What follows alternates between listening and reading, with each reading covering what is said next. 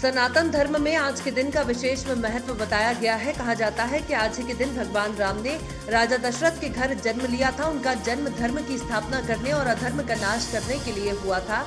इस दिन को भगवान राम के जन्मोत्सव के रूप में भी मनाया जाता है। राष्ट्रीय जांच एजेंसी ने नक्सलियों के खिलाफ कार्रवाई की ठोस पहल करते हुए इनामों की घोषणा की है। सहज विश्वास नहीं होता कि 7 नक्सलियों पर 1 से 2 करोड़ रुपए का इनाम घोषित है। इससे समस्या की गंभीरता को समझा जा सकता है। 3 अप्रैल को 22 जवानों की शहादत के बाद एनआईए का ये कदम अहम है और उम्मीद जगती है कि केंद्रीय गृह मंत्री अमित शाह की घोषणा साकार रूप लेगी।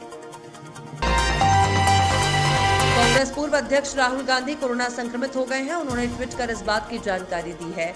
राहुल ने कहा कि हल्के लक्षण दिखने के बाद मैंने टेस्ट करवाया, मेरी रिपोर्ट पॉजिटिव आई है। हाल में जो लोग मेरे संपर्क में आए हैं वो सभी कोरोना प्रोटोकॉल को फॉलो करें और सुरक्षित रहें। आपको बता दें कि सोमवार को पूर्व प्रधानमंत्री मनमोहन सिंह की कोरोना की चपेट में आ गए हैं। उन्हें दिल्ली के एम्स ट्रॉमा सेंटर में भर्ती कराया गया है। वहीं दिल्ली के मुख्यमंत्री अरविंद केजरीवाल ने खुद को क्वारंटाइन कर लिया है। उनकी पत्नी सुनीता केजरीवाल की रिपोर्ट भी पॉजिटिव आई है।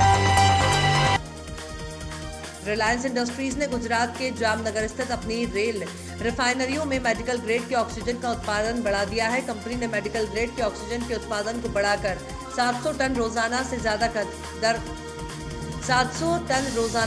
कर लिया है। कंपनी मेडिकल ग्रेड ऑक्सीजन की सप्लाई कोविड-19 से प्रभावित राज्यों को बिना किसी शुल्क के कर रही है। सूत्रों ने ये जानकारी दी है। इस मामले से अवगत लोगों ने जानकारी दी है कि कंपनी की जामनगर रिफाइनरी में शुरुआत में 100 टन ऑक्सीजन का उत्पादन हो रहा था, जिसे तत्काल बढ़ाकर 700 टन से अधिक कर दिया गया है।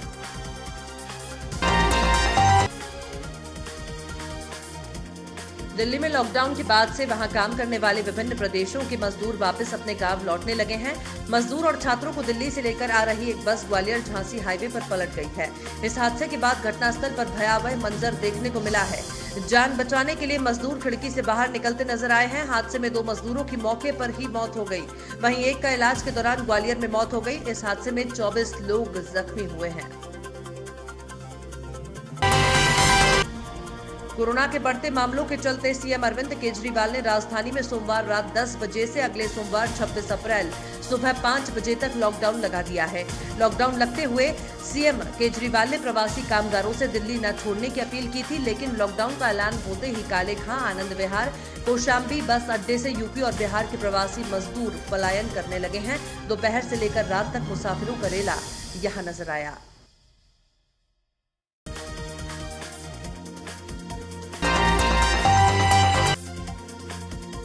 मुंबई डिवीजन के बांगनी रेलवे स्टेशन में पटरी पर गिरे बच्चे की जान बचाने वाले पॉइंट्समैन मयूर शेलखे की जांबाजी की तारीफ हर ओर हो रही है।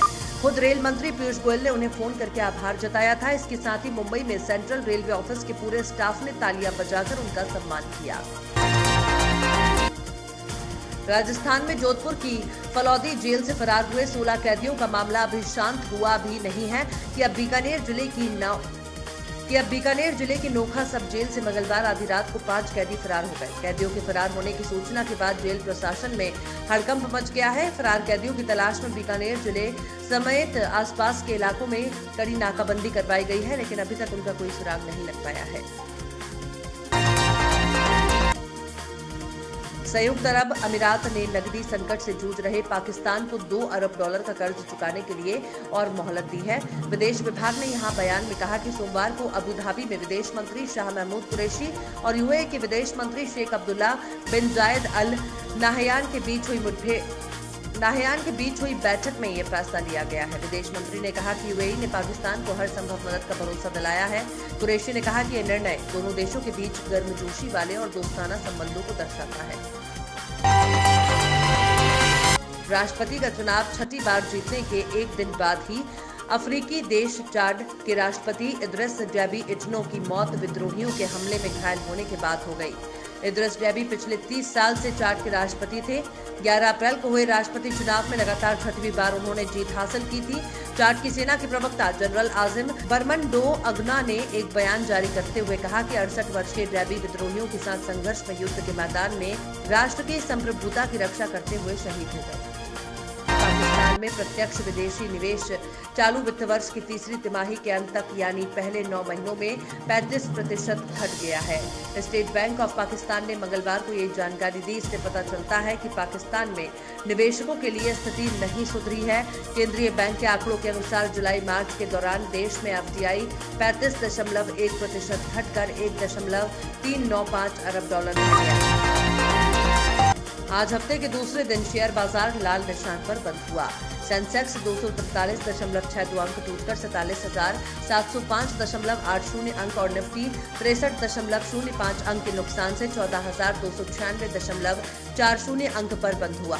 शुरुआती कारोबार के दौरान देश में कोरोना वायरस संक्रमण के बढ़ते मामलों की रोकथाम के लिए सरकार द्वारा नीतिगत उपायों की घोषणा से निवेशकों की धारणा मजबूत हुई और मंगलवार को सेंसेक्स 500 अंक से अधिक चढ़ा, जबकि निफ्टी ने एक बार फिर 14,500 इंडियन प्रीमियर लीग 2021 के 13वें मैच में दिल्ली कैपिटल्स की टीम ने मुंबई इंडियंस को 6 विकेट से हराया।